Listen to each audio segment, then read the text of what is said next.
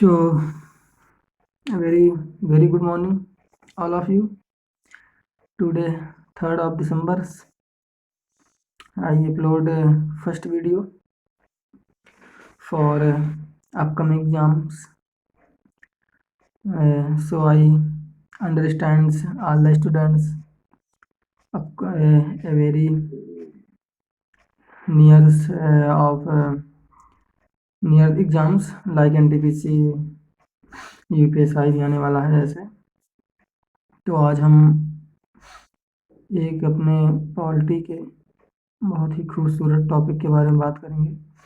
आज हम आर्टिकल से क्वेश्चन बहुत आते हैं, तो हम आज अनुच्छेद पर बात करेंगे। आर्टिकल्स है ना, आर्टिकल से एक या दो क्वेश्चन तो हर एग्जाम में आते ही आते हैं, इसलिए हम अपने आज आर्टिकल से शुरुआत करते हैं। फर्स्ट थिंग से जो हम थोड़ा रिलेट करके पढ़ेंगे, ऐसे नहीं जैसे संघ और उसके राज्य हैं।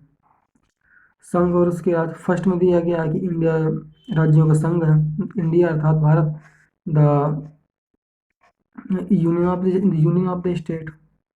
सेकेंड में नए राज्यों का प्रवेश है, आर्टिकल थर्ड में है। आर्टिकल 3 में अनुच्छेद 3 में बताया गया है राज्यों की सीमाएं, बाउंड्री के बारे में बताया गया है। नए राज्यों का निर्माण और वर्तमान राज्यों के क्षेत्रों, सीमाओं या नामों में परिवर्तन के अंतर्गत संसद साधारण बहुमत से पारित करा सकती है, यह आर्टिकल हमारा 3 कहता है। अब 4 से 11 में नागरिकता आ जाती है, जिसे हम सिटीजनशिप बोलते हैं। 4 हमको ये याद रखना कि 5 से 11 हमारी नागरिकता है, ठीक है। 5 में नए संविधान के प्रारंभ पर नागरिकता है। 6 में है पाकिस्तान से आई, ज़्यादा इम्पोर्टेंट नहीं, बस इतना याद रखो आप कि 5 से 11 में नागरिकता है। 11 में है संसद द्वारा नामित नागरिकता के अधिकार का द्वारा विनिमय किया जाना है। और फिर मूल अधिकार है तो हमारे फंडामेंटल राइट आ जाते हैं 12 से 35 में। जैसे 12 में हमारे आर्टिकल 12 कहता है भाग 3 के प्रयोजनों के लिए राज्य शब्द को परिभाषित किया गया है, यानी जो राज्य शब्द दिया गया है वो आर्टिकल 12 में दिया गया है। और आर्टिकल 13 कहता है 13 आर्टिकल मूल अधिकारों से असंगत या उनका अल्पीकरण करने वाली विधियों का शून्य होना, आर्टिकल 13 कहता है। आर्टिकल 14 कहता है, अब आर्टिकल हमारे देखो, आर्टिकल 14 से 18 हमारे आगे विधि के समाज, विधि समता का अधिकार, राइट टू इक्वलिटी के बारे में आ गए। जैसे 14 कहता है विधि के समझ समता तथा विधियों का समान संरक्षण के बारे में बताता है आर्टिकल 14। फिर आर्टिकल 15 है, आर्टिकल 15 है हमारा रेसिज्म के ऊपर डिपेंड है, यानी हमारे यहाँ कोई धर्म, मूल वंश, जाति, लिंग, जन्म स्थान के आधार पर भेदभाव नहीं किया जाता है, पर प्रतिषेध है। आर्टिकल 16 है लोक नियोजन के विषय में अवसर की समानता, अर्थात हम कोई काम करेंगे तो हमें समान अधिकार मिलेंगे, राइट टू इक्वलिटी है। और आर्टिकल 17 आप लोग जानते हैं अस्पृश्यता का अंत है, और अनटचेबिलिटी। और 18 में उपाधियों का अंत। अब हम अब इसको और एक हम डिवाइड करेंगे, राइट टू फ्रीडम। 19 से 22 तक राइट टू फ्रीडम है हमारा। जैसे 19 में है वाक स्वतंत्रता आदि विषयक अधिकारों का संरक्षण है। आर्टिकल 20 कहता है अपराधों के लिए दोषसिद्धि के संबंध में संरक्षण है। आर्टिकल 21 कहता है प्राण एवं दैहिक स्वतंत्रता, प्राण और दैहिक स्वतंत्रता का संरक्षण है। आर्टिकल 20 के क्या कहता है 6 से 14 वर्ष के बालकों के लिए, बालकों को अधिकार 86वें संशोधन 2002 द्वारा ये निर्धारित किया गया कि 6 से 14 वर्ष के बच्चों के लिए निःशुल्क एवं अनिवार्य शिक्षा, ये आर्टिकल 21 में है। और आर्टिकल 22 कहता है कुछ दशाओं में गिरफ्तारी और निरोध से संरक्षण, ठीक है। अब आर्टिकल अब आते हैं हमारे शोषण के विरुद्ध अधिकार, राइट अगेंस्ट एक्सप्लोरेशन। आर्टिकल 23 कहता है मानव के दुर्व्यवहार और बलात्श्रम पर प्रतिषेध है। आर्टिकल 23 कहता है मानव के दुर्व्यवहार और बलात्श्रम पर प्रतिषेध। आर्टिकल 24 कहता है कारखानों आदि में बालकों के नियोजन पर प्रतिषेध, अर्थात कारखानों में जो 14 वर्ष से कम आयु के बालक हैं उनको आप वर्किंग आवर में नहीं रख सकते हो। ठीक है, तो आर्टिकल 14 आप 24 आपका है कारखानों आदि में बालकों के नियोजन पर प्रतिषेध। अब आर्टिकल 15 से स्टार्ट हो जाता है, 15 से आपका स्टार्ट होता है 25 से 28 तक। Right to freedom, right to freedom religious, यानी धर्म की स्वतंत्रता का अधिकार। आर्टिकल 25 कहता है अंतःकरण, और अंतःकरण की और धर्म के अबाध रूप से मानने, आचरण और प्रचार करने की क्षमता। अर्थात हम किसी भी धर्म को मान सकते हैं, उसका प्रचार कर सकते हैं, हमें पूरी तरह से फ्रीडम होगा, ये आर्टिकल 25 कहता है। अब आता है 26 की बात, धार्मिक कार्यों की प्रबंधन क्षमता।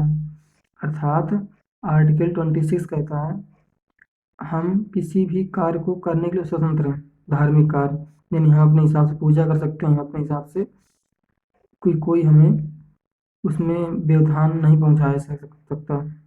आर्टिकल 26 कहता है हमें धार्मिक कार्यों में पूर्ण स्वतंत्रता होगी। 27 कहता है किसी विशिष्ट धर्म की अभिव्यक्ति के लिए करों से संवाद के बारे में स्वतंत्रता कहता है।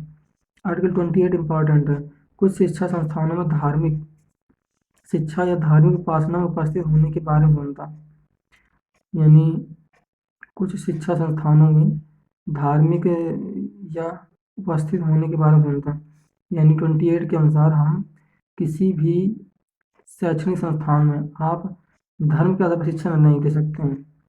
यानी अगर कोई मुस्लिम है, वो हिंदू कॉलेज में पढ़ रहा है, अगर वो प्रार्थना नहीं कर रहा है तो आप उसे बाध्य नहीं कर सकते हो, ये अधिकार उसको आर्टिकल 28 ने दिया है। ठीक है, हाँ, तो अब 28 तक हो गया। अब दिया है हमारे, अब आ जाते हैं हमारे संस्कृति और शिक्षा संबंधी अधिकार, कल्चर एंड एजुकेशन राइट।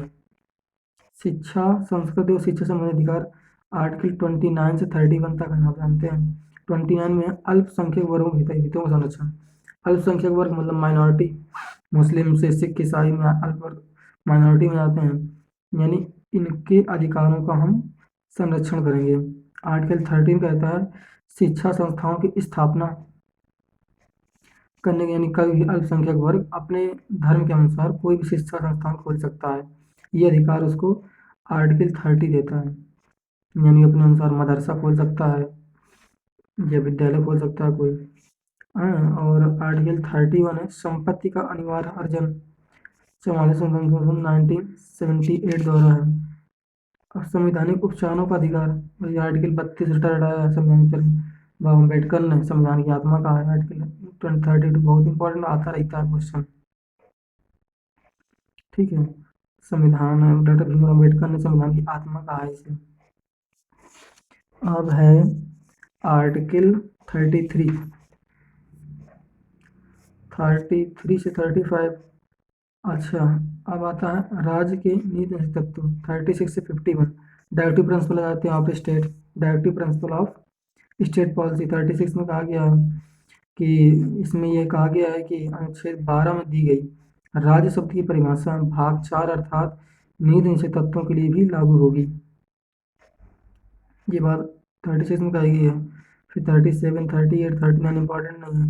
39 का इम्पॉर्टेंट है समान न्याय और निःशुल्क विधिक सहायता, ये 39 बताया गया, यानी 42 अमेंडमेंट 1976 द्वारा बताया गया। 40 में आप जानते हैं ग्राम पंचायत है, और 42 में काम या न्याय संकट में मनोचित दशाओं में प्रसूति सहायता के बारे में बताया गया है। यानी हम इम्पोर्टेंट आर्टिकल को डिस्कशन कर रहे हैं, सिर्फ इम्पोर्टेंट। आर्टिकल 44 इम्पोर्टेंट है नागरिकता के लिए एक समान सिविल संहिता है, बहुत इंपॉर्टेंट आर्टिकल। आर्टिकल 44 कहता है नागरिकों के लिए एक समान सिविल संहिता होगी। ठीक है, और आर्टिकल 45 भी इम्पोर्टेंट है, निःशुल्क और अनिवार्य शिक्षा को बंद देता है। आर्टिकल 45 कहता है 46वां संविधान संशोधन 2002 द्वारा प्रस्तावित है, यानी आरंभिक शिशुत्व देख रेख तथा 6 वर्ष से कम आयु के बालकों के लिए, वही निःशुल्क एवं अनिवार्य शिक्षा वाला 6 से 14 वर्ष के बालकों को निःशुल्क एवं अनिवार्य शिक्षा देता है। आर्टिकल 45 के अनुसार ये कौन सा अमेंडमेंट था? 86 अमेंडमेंट 2002। अब आर्टिकल 46 इम्पोर्टेंट है, अनुसूचित जातियों, अनुसूचित जनजातियों तथा अन्य दुर्बल वर्गों के शिक्षा और अर्थ संबंधी हितों का संरक्षण है। यानी हम अनुसूचित जातियों और अनुसूचित जनजातियों, एसटी वगैरह हैं और अन्य जो पिछड़ा वर्ग हैं उनके हम हितों का ध्यान रखेंगे, ये आर्टिकल 46 हमें कहता है। आर्टिकल 47 है, पोषाहार स्तर और जीवन स्तर को ऊंचा कराना है। आर्टिकल 48 बहुत इंपॉर्टेंट है, कृषि और पशुपालन दिया गया इसमें। 49 इक्का के बारे में, पार्लियामेंट के बारे में बताया गया है। और 49 इंपॉर्टेंट है, राष्ट्रीय महत्व के स्मारक तथा वस्तुओं का संरक्षण, यानी कोई राष्ट्रीय स्मारक है उसको हम जीवंत रखेंगे, उसको हम डैमेज नहीं करेंगे, हानि नहीं पहुंचाएंगे, आर्टिकल 49 कहता है। अब 50 में आप जानते हैं कार्यपालिका से न्यायपालिका का पृथक्करण, ठीक है। और 51 में अंतर्राष्ट्रीय शांति और सुरक्षा के बारे में बताया गया है। 51 का काम है वह 1976 द्वारा स्वर्ण सिंह कमेटी द्वारा जोड़ा गया है, मूल बच्चों से रिलेटेड है। तो हम आज फर्स्ट सेशन में अपने इतना रखते हैं, आर्टिकल 51। इसके आगे नेक्स्ट डे पढ़ेंगे, ठीक है। आप कमेंट करके बताइएगा मेरा ये फर्स्ट वीडियो कैसा रहा।